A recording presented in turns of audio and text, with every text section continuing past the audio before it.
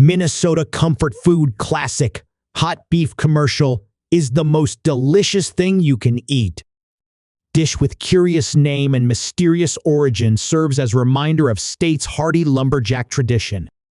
Hot beef commercial is the perfect comforter to blanket the belly during cold northern autumns and winters. It's just the most delicious thing you can eat, said Minnesota native Greg Urban.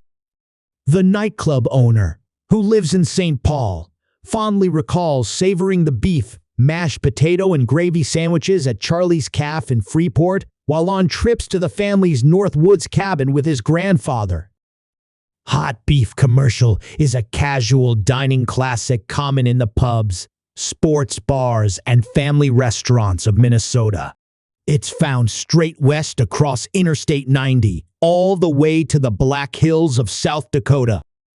Hot beef commercial is essentially chopped or shredded beef served on slices of good old white bread with mashed potatoes, then doused with a generous pool of thick beef gravy.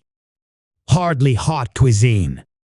But it don't get much better, added Urban, owner of Wild Greg's Saloons in Florida and Texas. He closed his original Minneapolis location amid the fallout from Black Lives Matter riots and COVID-19 restrictions. The culinary idiom, hot beef commercial, has many origin stories. Traveling salesman, traveling for commercial business, e-commercials, food writer, Dara Moskowitz, Grumdahl reported in a 2019 hot beef commercial treatise for Emple's St. Paul magazine. That account was relayed to her by the owner of hot beef commercial, Hotspot Bump's family restaurant in Glencoe. Ashley Revering, the manager of Charlie's Café, believes the name grew out of a popular local commercial jingle that promoted hot beef sandwiches decades ago. Any advertising is gone, but hot beef commercial remains the most popular item at Charlie's Café, the manager said. The most likely origin story is that the hearty comfort food sandwiches were traditionally made with low-quality or commercial-grade beef. Braised slow and low like a pot roast and doused in gravy, the tougher-cut meat was rendered tender and delicious.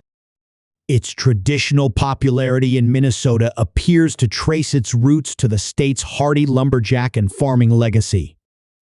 Men on farms get hungry. That's the rough shape of what I heard again and again, wrote Grumdahl.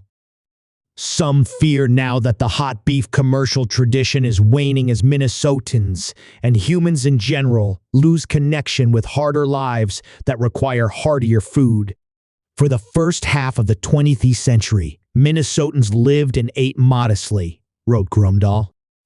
We made our bread at home. We mashed our own potatoes.